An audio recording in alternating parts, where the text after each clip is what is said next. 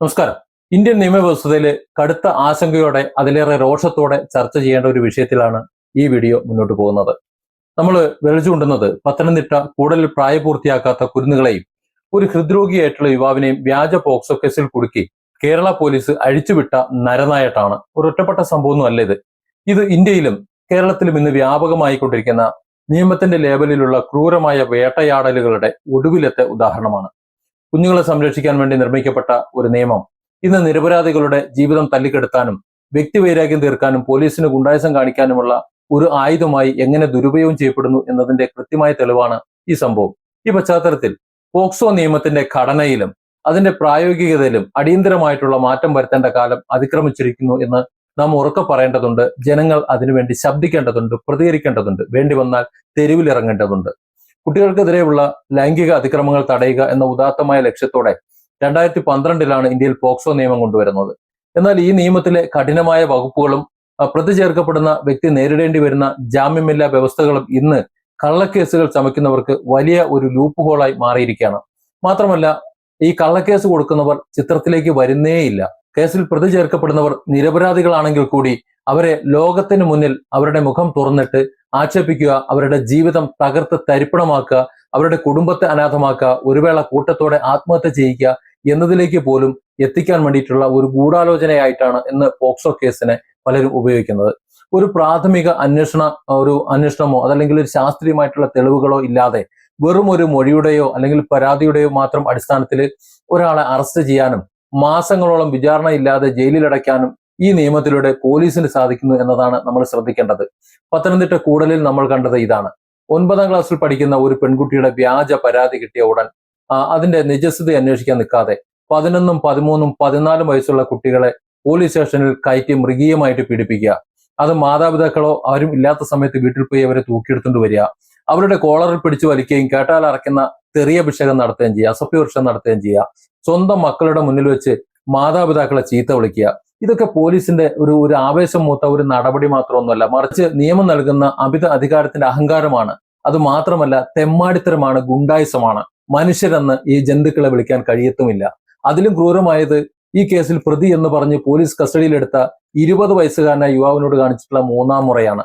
Bypass surgery കഴിഞ്ഞ ഗുരുതരമായ ഹൃദ്രോഗബാധിതനായിട്ടുള്ള ഒരു യുവാവാണ് താൻ എന്നും തനിക്ക് ശാരീരികമായി വയ്യ എന്നും പോലീസുകാരുടെ മുന്നിൽ അയാൾ കെഞ്ചി പറഞ്ഞിട്ടും ഈ കാട്ടാളന്മാർക്ക് ഒരു ദയം തോന്നിയില്ല എന്ന് മാത്രമല്ല, ലാത്തി ഉപയോഗിച്ച് കാലിന് താഴെ അതിക്രൂരമായി മർദ്ദിച്ച് മുടിയിൽ പിടിച്ച് വലിച്ച് മർദ്ദിച്ച് പോലീസ് തങ്ങളുടെ ആ ഗുണ്ടായിസം, ആ തെമ്മാടിത്തരം കാണിച്ചു എന്നുള്ളതാണ്. അവരുടെ എന്തൊക്കെ തോന്നിയാസങ്ങൾ കാണിക്കാൻ പറ്റുമോ അതൊക്കെ കാണിച്ചു ആ ഗുണ്ടകൾ, ആ ചെന്നായ്ക്കൾ. ഈ കേസുമായി യാതൊരു പുലബന്ധവുമില്ലാത്ത ഒരാളെ, ഒരു രോഗിയെ പിടിച്ച് ക്രൂരമായി ഈ വിധത്തിൽ തല്ലിച്ചതയ്ക്കാൻ കേരള പോലീസിന് ആരാണ് അധികാരം നൽകിയത്? കേസ് അന്വേഷിക്കുക എന്നാൽ കണ്ണി കണ്ടവരെ എല്ലാം പിടിച്ച് സ്റ്റേഷനിട്ട് തല്ലി കുറ്റം സമ്മതിപ്പിക്കലാണോ? ഈ കേസിൽ ഉൾപ്പെട്ട മുഴുവൻ കുട്ടികളെയും അവരുടെ രക്ഷിതാക്കളടക്കം സ്റ്റേഷനിലേക്ക് വിളിച്ചു വരുത്തി കൃത്യമായ ശാസ്ത്രീയ അന്വേഷണമോ ചോദ്യം ചെയ്യലോ നടത്തുന്നതിന് പകരം കുറ്റം അടിച്ചേൽപ്പിക്കാനാണ് പോലീസ് ശ്രമിച്ചത്. അതായത് കുറ്റം അംഗീകരിച്ചില്ല എന്നുണ്ടെങ്കിൽ ഇവിടെ തന്നെ കടക്കേണ്ടി വരും എന്ന് ഭീഷണിപ്പെടുത്തുകയാണ്. പരാതിയിൽ പറയുന്ന മുഴുവൻ കാര്യങ്ങളും നിങ്ങൾ ചെയ്തതാണ് എന്ന് സമ്മതിച്ചേ മതിയാകൂ എന്ന് പറഞ്ഞ് കുട്ടികളെയും യുവാവിനെയും ഒക്കെ ഭീഷണിപ്പെടുത്തിയ പോലീസ് നടപടി തികച്ചും ഫാസിസ്റ്റ് രീതിയാണ്. ഇവിടെയാണ് നമ്മൾ പോക്സോ നിയമത്തിന്റെ മൗലികമായിട്ടുള്ള ചില മാറ്റങ്ങളെ കുറിച്ച് സംസാരിക്കേണ്ടി വരുന്നത്. നിലവിലെ പോക്സോ നിയമപ്രകാരം കുറ്റം ആരോപിക്കപ്പെടുന്ന വ്യക്തിയാണ് താൻ നിരപരാധിയാണെന്ന് തെളിയിക്കേണ്ടത്. സാധാരണ ക്രിമിനൽ നിയമങ്ങളിൽ കുറ്റം തെളിയുന്നത് വരെ ഒരാൾ നിരപരാധിയാണ് എന്ന തത്വമാണ് നിലനിൽക്കുന്നത് എങ്കിൽ പോക്സോയിൽ അത് നേരെ തിരിച്ചാണ്. ഒരു വകുപ്പ്, ഒരു പ്രത്യേക വകുപ്പാണ് പോലീസിനും വ്യാജ പരാതിക്കാർക്കും വലിയൊരു ആയുധമാകുന്നത്.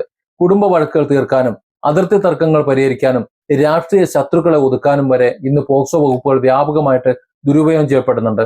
ഒരു വ്യാജ പരാതി നൽകിയാൽ എതിരാളിയുടെ ജീവിതം അവിടെ തീർന്നു. അയാൾക്ക് എളുപ്പത്തിൽ ജാമ്യം കിട്ടില്ല. സമൂഹത്തിന് മുന്നിൽ അയാൾ മാന്യതയില്ലാത്തവനായി മുദ്രകുത്തും.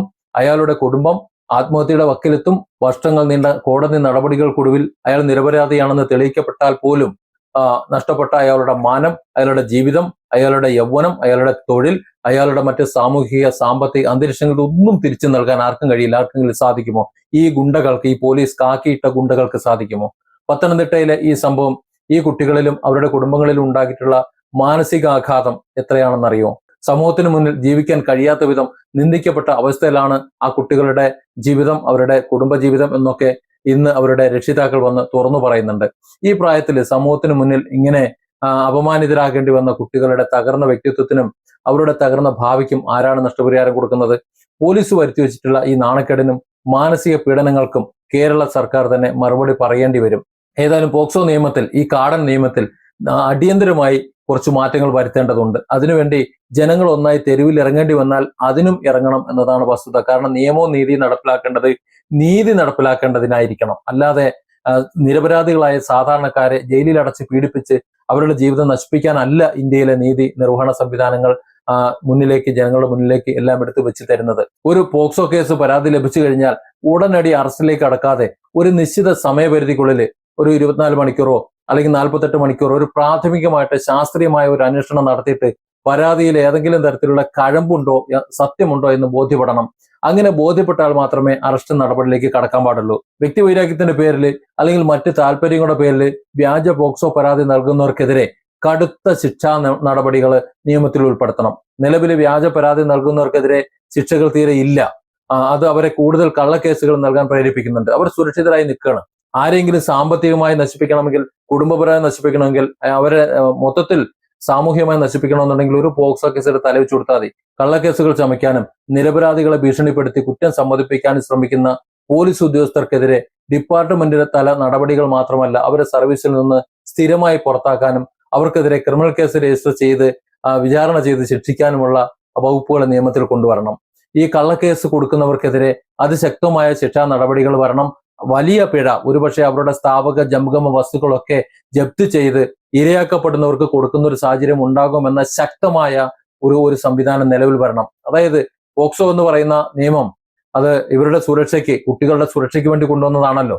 കുട്ടികളെ ഉപയോഗിച്ചിട്ട് ഇത്തരത്തിൽ കള്ളക്കേസ് കൊടുക്കുകയാണെന്നുണ്ടെങ്കിൽ അത് കള്ളക്കേസാണെന്ന് തെളിഞ്ഞു കഴിഞ്ഞാൽ ഈ നഷ്ടപ്പെടുന്ന മാനം നഷ്ടപ്പെടുന്ന, സാമ്പത്തികം നഷ്ടപ്പെടുന്ന, നമുക്കറിയാം കോടതിയിൽ എത്രത്തോളം പണം ചെലവാകുന്നുള്ളത്. അത് മാത്രമല്ല, കയറി നിൽക്കുകയാണ്, ഒരു കുട്ടിയെ പീഡിപ്പിച്ച ഒരാളായിട്ട് ലോകത്തിന്റെ മുന്നിൽ അവതരിപ്പിക്കുകയാണ്. അപ്പൊ അത്രത്തോളം മാനനഷ്ടം സംഭവിച്ച ഒരാളെ നിരപരാധിയാണെന്ന് കണ്ട് വിട്ടയക്കുന്നു എന്ന് പറഞ്ഞുകൊണ്ട് ഇറങ്ങിയിട്ട് കാര്യമൊന്നുമില്ല.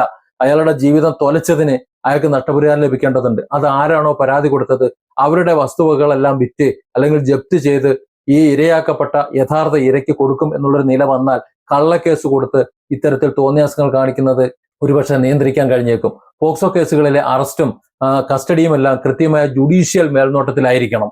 പോലീസിന്റെ മർദ്ദനമുറകൾക്ക് ഇരയാകുന്നവർക്ക് ഉടനടി നീതി ലഭിക്കാനുള്ള സംവിധാനങ്ങൾ ഉണ്ടാകണം. കാരണം അത്രത്തോളം ക്രൂരമായ ഒരു നിയമമാണത്. കേരളത്തിൽ മാത്രമല്ല, ഇന്ത്യയിലാകെ ഇത്തരത്തിലുള്ള കള്ളക്കേസുകളുടെ നൂറുകണക്കിന് നിരപരാധികളുടെ ജീവിതമാണ് ജയിലറകളിൽ ഹോമിക്കപ്പെടുന്നത്. കോടതികൾ പിന്നെ വർഷങ്ങൾക്ക് ശേഷം ഇവരെ നിരപരാധികളാണ് എന്ന് കണ്ട് വിട്ടയക്കുമ്പോഴേക്കും അവരുടെ ജീവിതത്തിലെ നല്ലൊരു പങ്ക് നഷ്ടപ്പെട്ടിട്ടുണ്ടാവും. നിയമങ്ങൾ ജനങ്ങളെ സംരക്ഷിക്കാനുള്ളതാണ്, അല്ലാതെ അവരെ ഭയപ്പെടുത്തി ഭരിക്കാനും അവരുടെ ജീവിതം ഇല്ലാതാക്കാനുമുള്ളതല്ല. പോക്സോ നിയമം അതിന്റെ യഥാർത്ഥ ലക്ഷ്യത്തിൽ നിന്ന് വ്യതിചലിച്ച് ഒരു ജനവിരുദ്ധ നിയമമായി മാറാൻ നമ്മൾ അനുവദിച്ചുകൂടാ. കാരണം നല്ല മനോഹരമായ ഒരു നിയമമാണ്. കുട്ടികളെ പീഡിപ്പിക്കാൻ അല്ലെങ്കിൽ കുട്ടികളെ ബുദ്ധിമുട്ടിക്കാൻ ഏവനും ഒന്നും മടിക്കുന്ന ഒരു നിയമം. നിർഭാഗ്യവശാൽ ഇന്ന് യഥാർത്ഥ പോക്സോ കേസുകൾ കോടതിയിൽ എത്തുന്നത് തുലവും കുറവാണ്. വരുന്ന കേസുകളിൽ 90% കള്ളക്കേസുകളാണ് എന്നാണ് നമ്മൾ അതിലേക്ക് ആഴത്തിൽ ഇറങ്ങുമ്പോൾ നമുക്ക് മനസ്സിലാക്കാൻ കഴിയുക. ഈ കള്ളക്കേസുകൾ ഇത് കള്ളക്കേസാണ് എന്ന് തെളിയിക്കപ്പെടാൻ കഴിയാതെ നിരപരാധികൾ 10, 20, 40, 60 വർഷം ജയിൽ ശിക്ഷയ്ക്ക് വേണ്ടിയിട്ട് തള്ളിവിടുന്ന സാഹചര്യം കൂടി ഇവിടെ ഉണ്ട് എന്ന് നമ്മൾ മനസ്സിലാക്കണം. നിരപരാധികളാണ് അത്തരത്തിൽ പോകുന്നത് എന്ന് മനസ്സിലാക്കുമ്പോഴാണ് ഇതിന്റെ ക്രൂരത എത്രത്തോളം ഉണ്ടെന്ന് നമുക്ക് മനസ്സിലാകുന്നത്. Different angles. Don't forget to subscribe and support this channel.